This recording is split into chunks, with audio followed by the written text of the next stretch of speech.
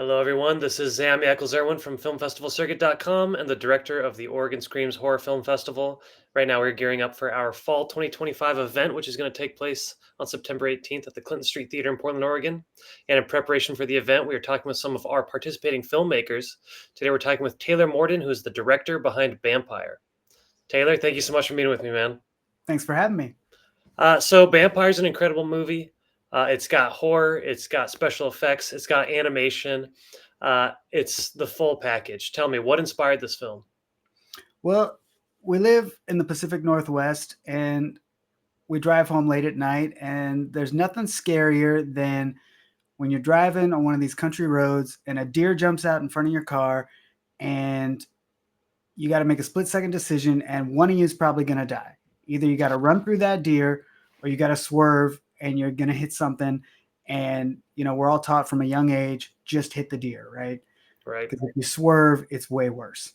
And our writer, Zoe Wassman, she took that to heart and she came up with this whole story inspired by that particular fear that is rooted in a lot of us who grew up in the Pacific Northwest. And it's a scary thing. Absolutely. And also, I don't know if you've ever looked into a deer's cold, dark, black eyes, but those motherfuckers are scary. So Ominous. we kind of took it to the next degree. Well, I love it, taking that fear that we all have as Pacific Northwesterners and just making it utterly insane. It was actually so funny. I was walking past a deer the other day because, of course, we have those around, and I thought, God, I don't want to get too close to this thing. And having seen your movie, I think I was right in that decision. But anyway, tell me about sort of the decision to shoot a lot outdoors, grabbing that Pacific Northwest, doing the animation, doing some of these special effects. How did it come to get the sort of the total look that it has? Yeah, I mean, there's a lot to it, right? We've got live action, Pacific Northwest shooting in the woods, down and dirty, low budget indie filmmaking.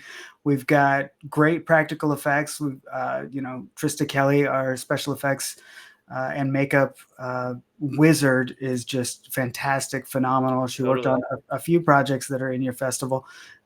She's just the best. And then our animation was done by Josh Stifter, who's out of Atlanta, who does animation for Trauma, for Kevin Smith's movies, and he's just fantastic too. And so we got really lucky to have this sort of mixed media format that I love. I grew up with weird, twisted animation things and these combinations of just whatever it takes to tell a fun, weird, fucked up story. And we also shot a lot of the movie on VHS, home video, actual VHS tapes, because fuck it, do whatever. Hey, I don't need any better excuse than that to shoot on a classic VHS cam. Well, yeah, this is so cool. You're incorporating all this stuff. It's a little bit nostalgic, a little bit throwbacky. We've got either you're going to read it as Disney or Ralph Bakshi with the animation. Sure. We've got, the VHS cam. It's got this 80s slasher feel, but it's pretty updated. I feel like the type of monster and the type of scenarios is really fresh. The mixed media is fresh. Tell me a little bit about your sort of horror inspirations and what made you want to make the kind of film that this is. Well, I'm an old man, so I grew up watching 80s and 90s horror movies, on like HBO and Cinemax late at night, and sometimes edited for television too, like USA Up All Night, stuff like that. But just campy, practical, whatever they could make with like latex and cardboard glued together, and do it for real. Stuff like Evil Dead and Critters, and just like gross, and like the Leprechaun movie, like whatever you could just make that feels really tactile and gooey and just over the top too. Like the more blood, the better. I think. Hard agree. That was kind of our mantra going into it. I told Trista, like, more is better. The more gallons we can use, that I'm going to be happier. So that was the sort of the inspiration behind it. But also, we don't want to say that it's inspired by Disney for copyright reasons, but Bambi is in the public domain as of about a year ago. But but movies like Who Framed Roger Rabbit and one that I grew up with called Cool World, which was like the adult version of Who Framed Right. Roger Rabbit, where the cartoons were a little bit more risque, and Brad Pitt fucks a cartoon in that movie. So it's stuff like that where you used to be able to do weird things in movies. Hollywood now plays it so safe that the low budget indie space is kind of the only place left where we can do whatever we want and Absolutely. make weird shit. So I think it's kind of our job as indie filmmakers to do the things that Hollywood's not going to do. So that's our inspiration, is like, remember when we used to make movies instead of just like rebooting and making sequels, and just, if it's not an IP, we're not going to make it. Like, and this coming from a guy who just made a Bambi movie, right? But it's not a Bambi movie. It's a new fucked up thing. So Yeah. Well, I that, love that. I that's mean, what I think, yeah, remember when we used to make movies would be a great tagline for this and the other stuff that you do. But yeah, I love it, man. You've got sort of the modern ethos of being able to pull from a diverse array of inspirations and bring that to something. But you've got the old school ethos of actually trying to make a movie that tops what's out. It's for the true entertainment value. You're competing against TV, you're competing against YouTube and Instagram. You want to make something that hooks people. I think it really does that. And part of the quality there is your cast and crew. Tell me a little bit about the casting. You got a strong ensemble cast. How'd that come about? Yeah, so we got lucky. We put out a casting call, and some people came from all over the country, and we found some great people right here in the Pacific Northwest. We had some great Oregon actors. Katie Gibbons from Washington came down, and then I called in some people I knew from doing the Blockbuster flick, but Greg Sestero, who was in the room, and Diane Franklin, who we grew up watching in movies like Bill and Ted's Excellent Adventure and Totally. Better Off Dead. But yeah, it's an ensemble movie. We've got a lot of great actors in it, and it's really fun. Some of those people hadn't been to the Pacific Northwest, and so we throw them in the woods, and some of what you're seeing is them really experiencing it for the first time. The So terror is real. The terror is real. One of our actors unfortunately got stung by a yellow jacket during filming, and Oh man, yeah. it was kind of awful.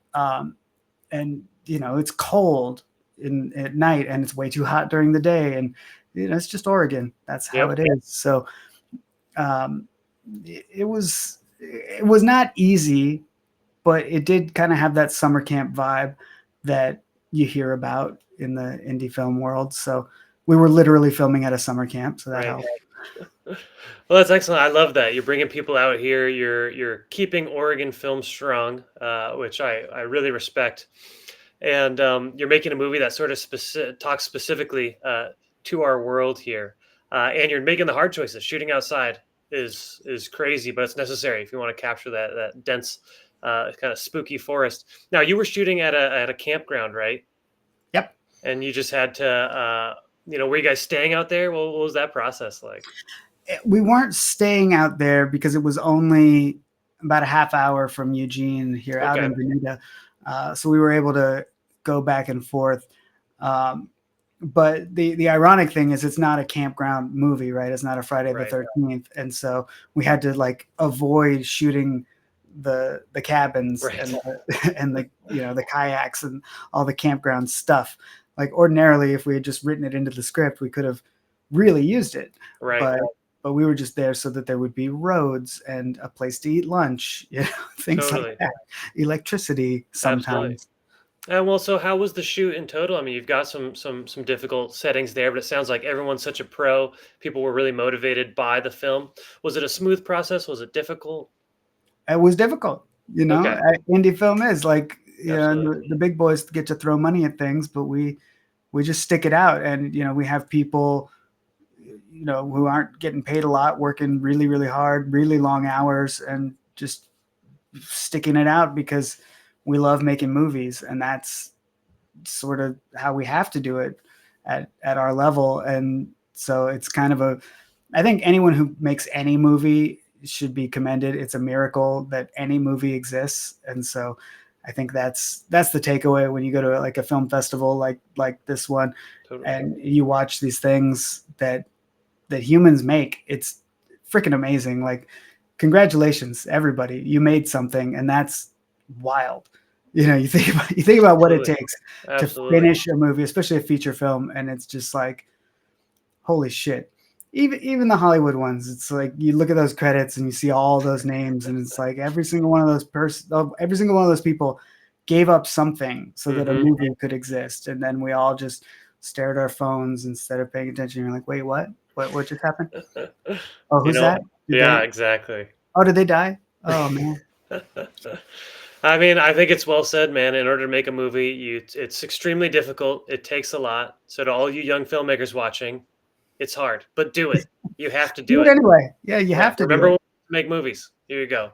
But I Yep. think the quality of this film is indicative of it being a difficult shoot. Anything that is this polished and this unified from start to end and so engrossing, and it's a feature length film.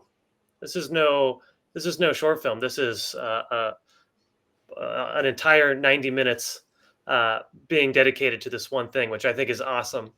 Um, well, tell me what did you learn from this experience? I know you have a long history in documentary. Is this your first fiction feature? Yeah. I had done a bunch of short films before, before this, and in fact, in the film festival before, I've done documentaries and shorts, and this was the first time directing a narrative feature, and I kind of knew what to expect, but you think, oh, a feature is just like doing 10 short films back to back. It's not like that. It's No, it's like doing 100 short films, right? because it's so much more complicated, because it Yeah, matters whether they connect, right? It has totally. to be one thing. You got to keep it all connected, but remember when we used to make movies? It's worth it. It's um, Totally. it's worth it. It's Well, cool. do you have any sort of insights into the craft or anything about the nitty gritty or the spiritual component of filmmaking that you've taken out of this experience? Oh man, the spiritual component. Hey, I had to go Jeez. there. You never know. Uh, I mean, if there's a god of films, pray to him, because you need it. We got really lucky in that it didn't rain on us except for the day where it says it's raining in the script, which, if you've ever been to Unreal, Oregon, is impossible. right? Like, it's not how it works here. It rains all the time. So um, that kind of thing is just, you know, you get Totally lucky or you unpredictable, don't. Um, Everything takes longer than you think it will and costs more than you think it will. right?